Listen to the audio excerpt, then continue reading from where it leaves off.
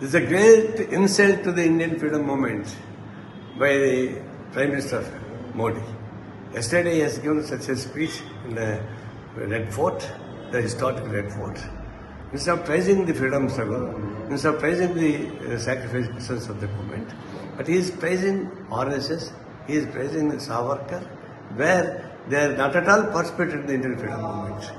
Why? Because now he felt his prime ministership will be losing. The RSS is planning to remove him as a prime minister. So he found and he got doubt and he wanted to praise in such a way that insulting the freedom movement. It is purely opposition and it is an insult to the country. And it is unfortunate this type of prime minister with us. 15 దేశంలో ఉన్నటువంటి ప్రజానీకంతా ఉత్సవాల్లో పాల్గొంటున్నారు. అంత మహత్తర ఉత్సవాల్లో పాల్గొంటున్న సందర్భంగా ఎర్రకోటపై ఉన్నటువంటి ప్రైమ్ మినిస్టర్ మోడీ నిన్న ఇచ్చిన ఉపన్యాసం దేశ స్వాతంత్రానికి అవమానకరం. ఆయన ఒకవైపుగా ఆర్ఎస్ఎస్ను పొగడు, సావర్కర్ను పొగడం అంటే ఒకవైపు ఆర్ఎస్ఎస్ దేశ స్వాతంత్ర పోరాటంలో పాల్గొలేదు.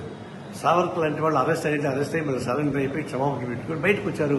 ఆర్ఎస్ఎస్ ఇందులో పాల్గొని చెప్పారు. ఒక్కడైనా సరే తుపాకు గుండె పాల్గొన్నారా? ఒక్కడైనా సరే ఇక్కడ గట్టి దెబ్బలు తిన్నారా? ఒక్క చరిత్ర లేదు.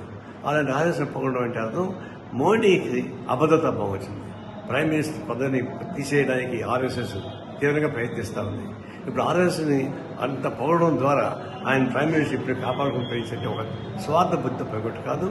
ఆయన ప్రైమ్ మినిస్టర్ని కాపాడడానికి దేశ స్వాతంత్రాన్ని, అమరవీరుల్ని, స్వాతంత్ర పౌరులు పాల్గొన్నటువంటి అనేక మందిని అవమానపరిచి ఆయన పదవిని కాపాడుకోవాలంటే ఇది శవాలపై ప్రాధాన్యత కానే కాదు, మన భారతదేశానికి ప్రాధాన్యత చాలా అవమానకరం.